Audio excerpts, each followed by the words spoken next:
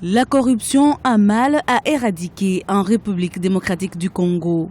Luzolo Bambi, le conseiller spécial du président Joseph Kabila pour la lutte contre la corruption, le blanchiment des capitaux et la bonne gouvernance, a appelé la population congolaise à s'approprier la lutte contre la corruption. C'était ce mercredi 9 décembre 2015 à l'occasion de la journée internationale dédiée à la lutte contre la corruption. C'est l'occasion de faire comprendre au peuple congolais l'importance de renoncer et de lutter contre la corruption au vu des dégâts que ce phénomène et ce fléau génèrent dans notre vie courante. Cet ancien ministre de la Justice a plaidé pour que plus de moyens soient mobilisés pour la lutte contre la corruption en 2016.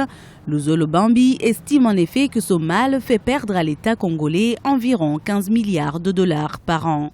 Le fait que la RDC soit particulièrement frappée par la corruption naît aussi du fait que les mécanismes de contrôle mis en place dans ce pays pour lutter contre la corruption ne sont pas suffisamment efficaces.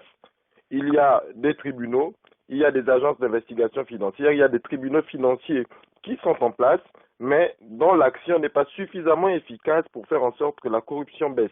Donc il faut faire en sorte que les États, notamment la RDC, mettent en place les mécanismes qui permettraient de faire baisser la corruption, encore plus de contrôle et fasse en sorte qu'on mette en place une unicité de caisse pour toutes les collectes que l'État peut faire du point de vue financier pour ne pas qu'il y ait de déperditions financières.